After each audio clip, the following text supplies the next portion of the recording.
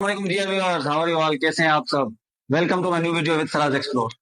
आज हम पढ़ने जा रहे हैं gas and the kinetic theory. हम आज गैस का बिहेवियर और उसकी काइनेटिक एनर्जी के बारे में, उनके मॉलिक्यूल्स के बारे में पढ़ेंगे। ठीक है, तो बिहेवियर ऑफ गैसेस किस तरीके से डील करते हैं, आप वन बाय वन पॉइंट को डिस्कस करते हैं। Molecule in a gas have relatively large distance between them. जो गैस के मॉलिक्यूल है, सपोज करें सिलेंडर है आपके पास, कंटेनर है, उसके अंदर आपके पास गैस के मॉलिक्यूल्स हैं। According to their molecules the distance between them is very large. उनके बीच में जो डिस्टेंस होता है वो बहुत ज्यादा होता है। हमें, अगर हम ऑब्जर्व करेंगे, हमें नेक्ड आई से नजर नहीं आते हैं मॉलिक्यूल्स, लेकिन हम अगर हम किसी भी तरीके से उनको देखें भी तो हमें वो बहुत करीब करीब नजर आएंगे। लेकिन अकॉर्डिंग टू देम वो क्या होते हैं, एक दूसरे से बहुत दूर होते हैं।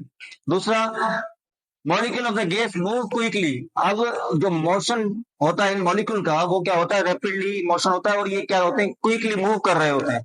ठीक, उसके बाद क्या, molecules move in straight line. अब ये जो मॉलिक्यूल्स हैं आपके, वो स्ट्रेट लाइन में मूव करते हैं। टोटल मॉलिक्यूल्स एक ही डायरेक्शन में मूव कर रहे होते हैं।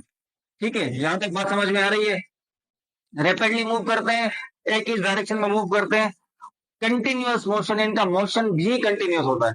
ठीक है, ये कंटिन्यूअस सीधी डायरेक्शन में, एक ही डायरेक्शन में मूव कर रहे होते हैं। अब यहाँ पर एक कंडीशन आती है, वो कंडीशन है चेंजेस डायरेक्शन व्हेन। अब ये डायरेक्शन चेंज करते हैं, कब चेंज करते हैं, कोलाइड्स विथ ईच अदर। या तो ये खुद से टकराएंगे, या collides with wall of containers. अब ये जो वॉल्स ऑफ कंटेनर्स हैं, या तो इनसे कोलिजन उनकी होगी इनकी। ठीक है, अब यहाँ पर लेट सपोज एक मॉलिक्यूल यहाँ से आ रहा है, और ये मॉलिक्यूल भी इसी तरफ आ रहा है। अभी इनके बीच में यहाँ पर क्या होगी, कोलिजन होगी।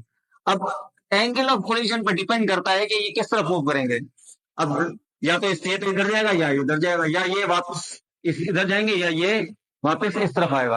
ठीक है, ये जो कोलिजन है या इनकी डायरेक्शन है, वो इनकी एंगल ऑफ कोलिजन पर डिपेंड करता है। अब ये अगर लेट सपोज इस तरीके से ये मॉलिक्यूल इस तरफ आ रहा है, यहाँ पर इससे टकरा है, तो अंडरस्टूड बात है, वो इस तरफ जाएगा। क्यों? क्योंकि इनका हमने पहले डिस्कस किया है कि इनका मोशन जो होता है, क्या होता है, कंटिन्यूअस मोशन होता है। ठीक है, यहां तक बात समझ में आ गई। अब सिलेंडर के अंदर अगर मॉलिक्यूल्स होंगे तो वो कंटिन्यूअस मोशन कर रहे होंगे, स्ट्रेट घूम रहे होंगे। कोलिजन होगी तो इनकी, तो क्या, या तो खुद से होगी, या वॉल्स ऑफ कंटेनर से होगी, या इनके बीच में distance between them the molecules is very large. इनके बीच में डिस्टेंस क्या होता है, बहुत ज्यादा होता है। अब एक हमें रिलेशन पढ़ना है, यहाँ पर रिलेशन डिस्कस करना है according to the gas behaviour. Volume और टेम्परेचर का रिलेशन क्या है, वॉल्यूम प्रेशर का रिलेशन क्या है, और वॉल्यूम और नंबर ऑफ मोल्स का रिलेशन किस तरीके से डिस्कस करेंगे हम। ठीक है, अब वॉल्यूम और टेम्परेचर, लेट सपोज आप सपोज करें कि अभी जो पिस्टन है, ये पिस्टन क्या है, movable. Let's change the marker.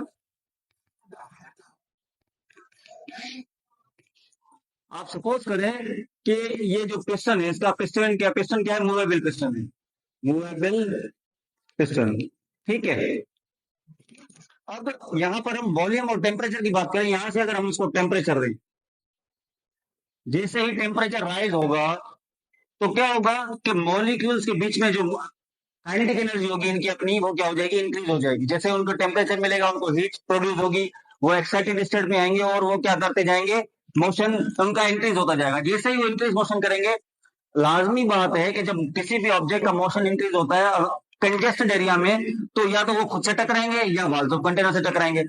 अब यहाँ पर टकराया, कोई फर्क नहीं आया, यहाँ पर टकराया, कोई फर्क नहीं आया, मॉलिक्यूल से टकराया, कोई फर्क नहीं आया। लेकिन ये मूवेबल पिस्टन से अगर जाके टकराएंगे तो क्या होगा, तो पिस्टन मूवेबल है, तो ये कंटिन्यूस कोलिजन होने की वजह से इस पिस्टन पर प्रेशर लगेगा, और ये क्या हो जाएगा, ये खुद ब खुद ऊपर आ जाएगा। तो यहाँ पर पहले आपका V1 वॉल्यूम होगा। ठीक है, उसके बाद ये क्या होगा, जहां तक भी हमने उसको हीट किया, तो उसका वॉल्यूम क्या है, वो चेंज हो जाएगा, V2। पहले T1 था इसका, हमने जब इसका T2 राइज किया तो क्या हुआ, वॉल्यूम भी इंक्रीज हो गया।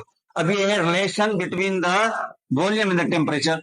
ठीक है, यहाँ पर प्रेशर कांस्टेंट है। ठीक है, तब जाकर ये चीज होगी। अगर प्रेशर वेरिएबल होगा, चेंज होता जाएगा, तो वॉल्यूम पर भी फर्क पड़ेगा। वॉल्यूम और प्रेशर का, अब यहाँ पर लेट सपोज हमने टेम्परेचर कांस्टेंट रख दिया। ठीक है, इसको यहाँ पर रिमूव करते हैं। अब आपके पास ये V1 है, V2 है। वॉल्यूम और प्रेशर का रिलेशन सोचते हैं कि लेट सपोज अब इनकी डायरेक्शन चेंज, यहाँ पर कोई प्रेशर लग रहा है P1, और इसका वॉल्यूम है V1। ठीक है, V2 को यहाँ से रिमूव कर देते हैं, इसका काम नहीं है अभी। तो क्या होगा, जैसे हमने क्या कर दिया, प्रेशर बढ़ा दिया, इसका मूवेबल पिस्टन पर प्रेशर बढ़ा दिया, P2 कर दिया, तो वॉल्यूम ऑटोमेटिकली क्या हो जाएगा, डिक्रीज हो जाएगा। वहां पर हमने क्या सोचा, क्या देखा कि वॉल्यूम बढ़ रहा है तो टेम्परेचर बढ़ रहा है तो वॉल्यूम भी बढ़ रहा है। और यहाँ पर क्या हो रहा है कि जैसे हम प्रेशर बढ़ा रहे हैं तो क्या हो रहा है, वॉल्यूम कम हो रहा है, मतलब इनका इनवर्स रिलेशन है। ठीक है, अब थर्ड वन पर आते हैं थोड़ा सा quickly. Volume is the number of moles. किसी भी सिलेंडर या किसी भी ऑब्जेक्ट के अंदर अगर हम नंबर ऑफ मॉलिक्यूल्स इंक्रीज करते जाएंगे, वो अंडरस्टूड बात है कि उसका वॉल्यूम ऑटोमेटिक इंक्रीज होगा। लेट्स सपोज इसका नंबर ऑफ मोल्स बढ़ते जाएंगे, जैसे ही बढ़ते जाएंगे इसमें एयर फील्ड होती जाएगी, गैस फील्ड होती जाएगी, तो ये पिस्टन भी ऑटोमेटिकली मूव करता जाएगा ऊपर। ठीक है, उम्मीद है आज का लेक्चर आपको समझ आया होगा। देखते रहिए, सब्सक्राइब करते रहिए। Thank you so much.